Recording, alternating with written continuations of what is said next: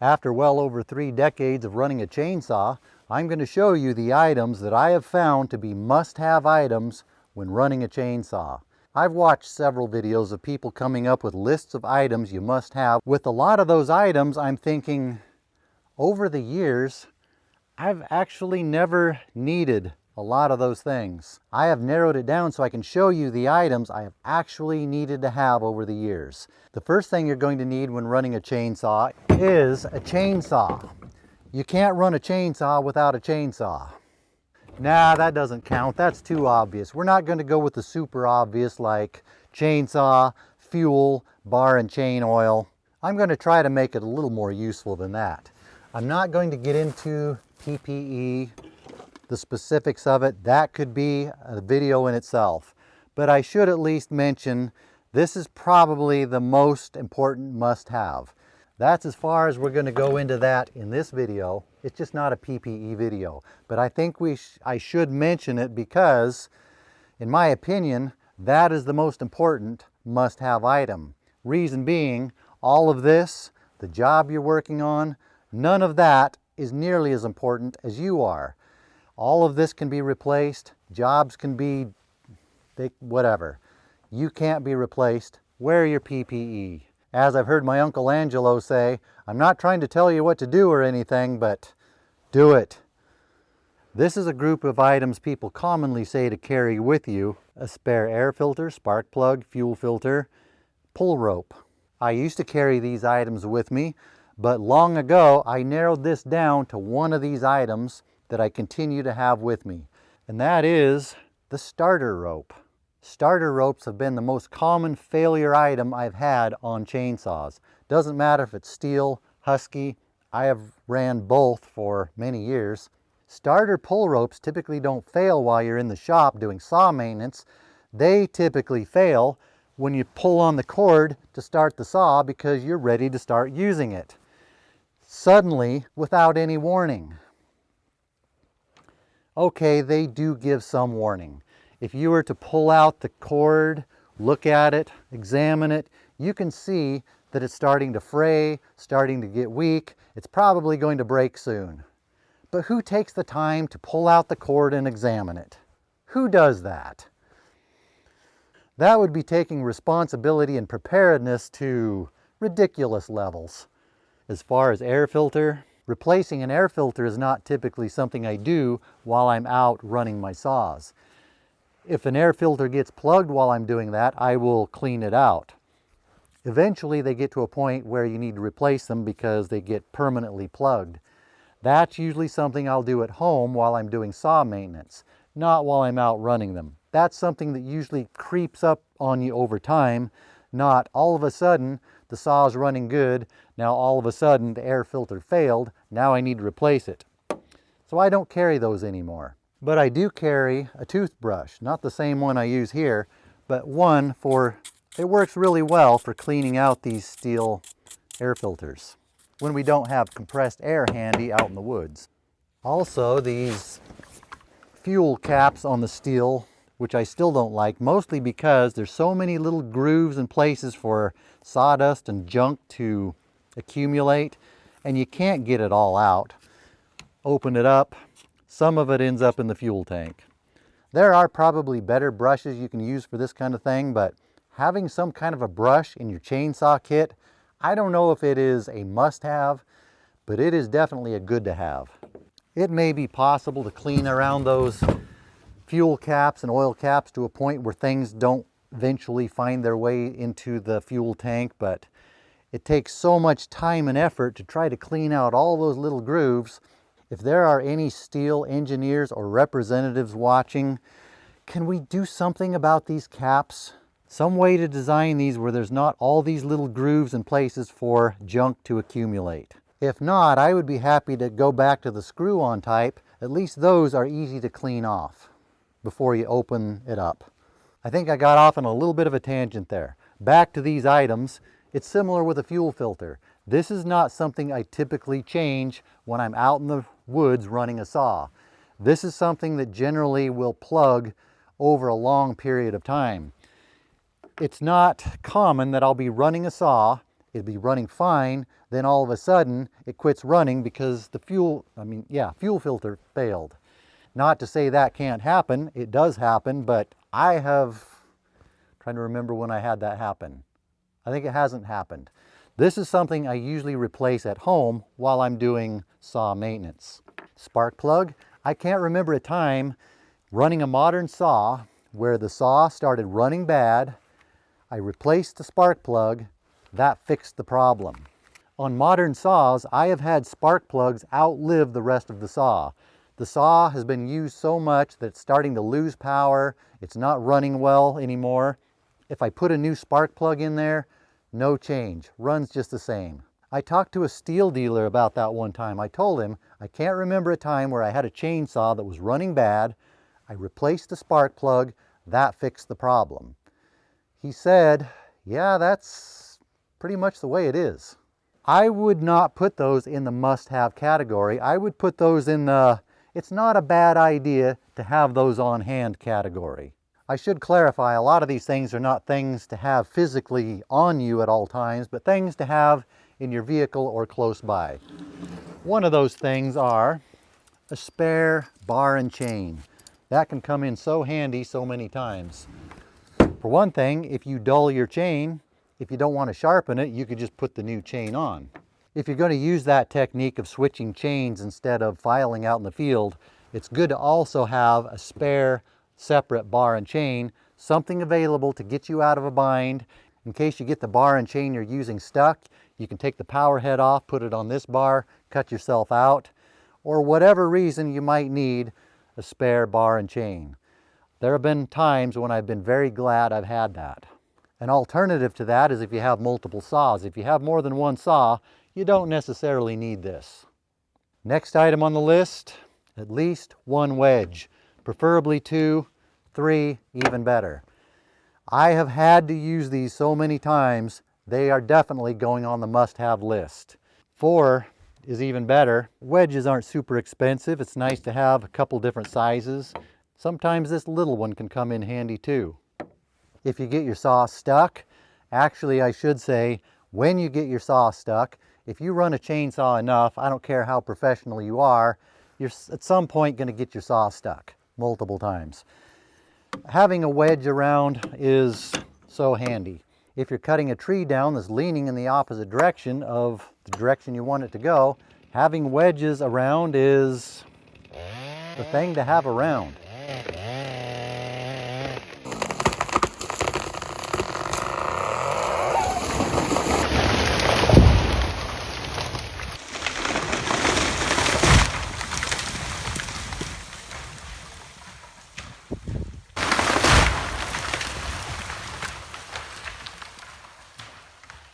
In order for wedges to be useful, you're going to need some kind of a wedge pounder inner, something that can pound wedges in. That could be an axe, a splitting maul, a sledgehammer, just a generic big hammer, something that will get the job done. I prefer an axe because an axe has the ability to chop things, which opens it up to all kinds of other possibilities of being useful for all kinds of things.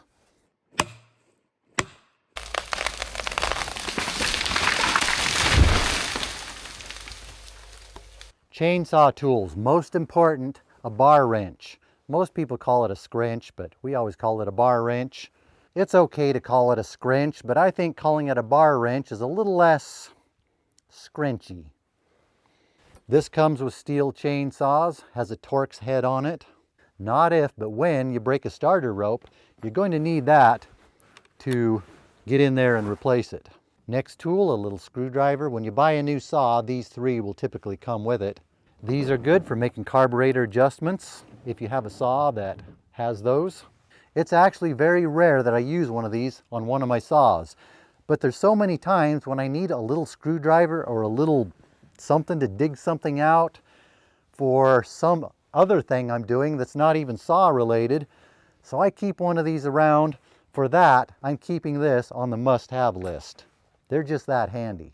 Next on the list, sharpening files, raker depth gauge, and a depth gauge tool if you use one. I'm going to count these all as one item because it's going to be different for different people. Some people are going to use just a bare file to sharpen their saw. Some people are going to use a file with a jig. Some people are going to use a power-driven something to sharpen their saw. Some people are not even going to file their saw when they're out using it. They're just going to carry enough extra chains so they can swap them out. Then after they get home, they can sharpen their chains there or take them in to get sharpened. I'm just going to say, whatever method you use for keeping your chains sharp, have the tools necessary for doing that, whatever that may be. But with that said, I recommend you have at least one file. Sometimes when you throw a chain, some of these drivers will get all buggered up. That's when you need a file to file them back into shape so you can get them back in the groove. Now we're going to get into the optional must-have things. I know that makes no sense at all, but we'll make it make sense. Like they say, if something doesn't make sense, force it to make sense, then it will make sense. I will almost always have some kind of choker, chain, some kind of a hook it onto something and pull it type of device. In some cases, it could also be a rope. The reason I say this is optional is because it depends on what you're doing. If you're just out cutting brush, pruning your fruit trees, in my case, I might be out thinning small trees, doing fuels reduction, where I'm not dealing with heavy objects, you probably don't need these. But for so many of the things I do, something like this comes in so handy so often, I'm putting that on my must-have list. I'm not putting all my rigging, blocks, lines, all that on there, because I'm just talking about when running a chainsaw. I would put that in when I'm logging. I would specify that. Another optional must-have item, a peavey, a cant hook. I think a peavey is good for out in the woods. I use this so much, it has gotten me out of so many pickles. It comes in so handy so many times. I'm putting this on my must-have list. The next item, I am still debating whether I want to include that on the list or not, either of the lists. It's not really a must-have for chainsaws, but I use it so much that I typically have it with me when I'm running chainsaws or doing anything out in the woods. A shovel. It could be used for a chainsaw if you need to dig under a log so you can cut under it without cutting into the ground. But there's not a lot this does with the chainsaw. It's good to have a shovel with you. I still don't know if I want to put it on the list, but I wanted to bring it out because something to keep in mind. It's good to have a shovel. Wait a minute. Forget all that nonsense. This is definitely on the optional must-have list. If you are working in an area like this, where we have high wildfire danger, during wildfire season, we are supposed to have, required to have, some kind of firefighting tools, which typically includes a shovel.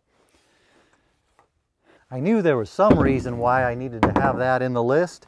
Also, under those same conditions, we're supposed to carry, we are required to carry, a fire extinguisher on our person. This is a nice little pouch. Fits on the strap of my chainsaw chaps. If you start a fire, you got that right there. This can be a quick and easy way to convert yourself into a walking fire suppression unit.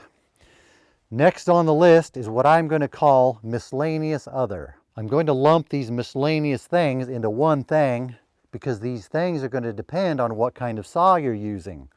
If you have a saw that has loose bar nuts, instead of these modern saws that have retained bar nuts that won't fall out, I highly recommend you keep an extra bar nut or 2 or 3 for whatever saw you're using somewhere handy on the job site. I don't care how good you are, how professional you are. When it comes to people who have spent a lot of time operating chainsaws, I think there are 2 types of operators. The type who will openly admit that they have at some point forgot to tighten a bar nut or maybe both bar nuts.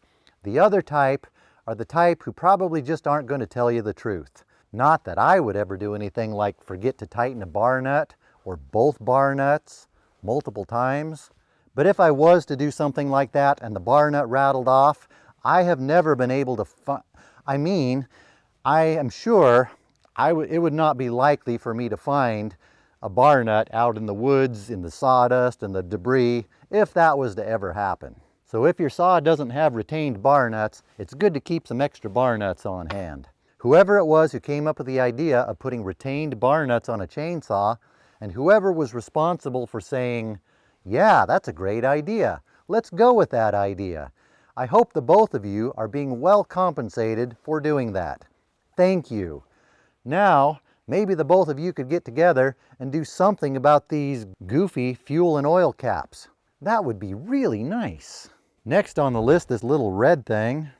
This is only the cap off the thing because I couldn't find the whole thing. It's the best I could come up with for a visual aid. That comes off of a bar grease gun that you would use if you use the type of bar that has a grease hole in it. It seems like a good idea to have a grease hole. That probably sounded weird. But I run steel bars that don't have a grease hole, so I don't need one of those. But if you run a saw that has one of those, I don't know if this is a must-have to carry on you while you're out in the woods, but it's good to have one around. This may be something you would more likely do while you're in the shop doing saw maintenance. Now that I think about it, wedges and axe should also be on the optional must-have list, because it depends on what you're doing. If you're not falling timber, if you're just cutting brush, small material where wedges wouldn't apply, you don't really need to have them. Since I already put them on the must-have list, I'm going to leave them there for now, just because it's such an ordeal to take them off the list.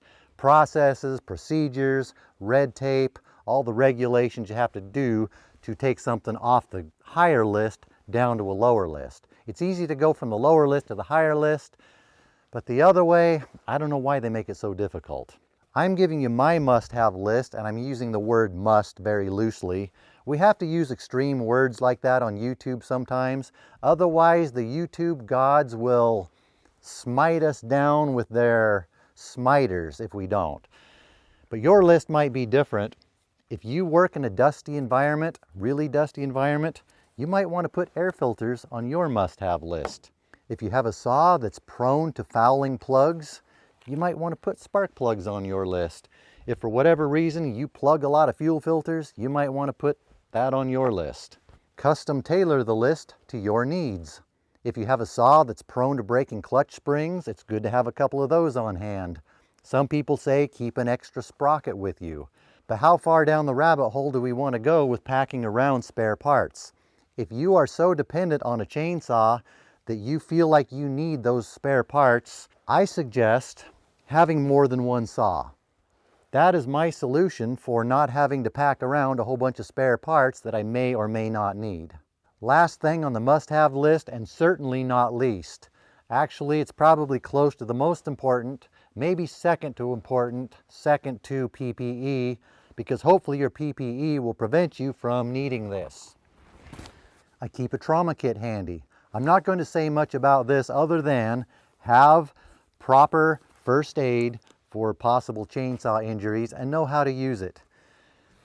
The sun just came out as soon as I started talking about this. Could that be a sign? I'm not going to go into this because I want you to get your first aid knowledge from someone who is qualified to give that. I heard somewhere, somebody said, a man has got to know his limitations. We've hit mine here. Well, actually, we probably hit those as soon as we started the video. First aid and health is such a critical subject. I think you should get your advice from someone who's qualified to give that advice, not just some guy on YouTube. You can get it off YouTube, just make sure it's a qualified source.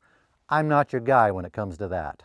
Congratulations, you've almost made it through what may end up being a 15-20 minute video that probably could have been done in about a minute and a half, but welcome to YouTube. There you have it, that's my list, but I have an idea what's going to happen.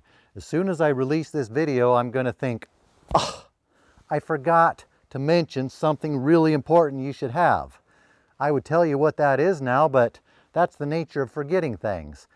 I won't remember that until I remember it. Right now is when I'm forgetting it. If you have any idea what it is I'm forgetting to mention here, let us know in the comments, or let us know what you would do differently here. Speaking of comments, I get so many comments now I can't possibly get back to even most of them. People ask me questions. I wish I could answer them all. There's just not enough time in the day. But I appreciate the comments. For some reason, people say I'm funny. But if you want the real comedy show, sometimes it's down there. Some of you are just hilarious. If you want a good laugh, sometimes the comments are the place to go. I'll leave you with the playlist to more chainsaw tips. Yeah.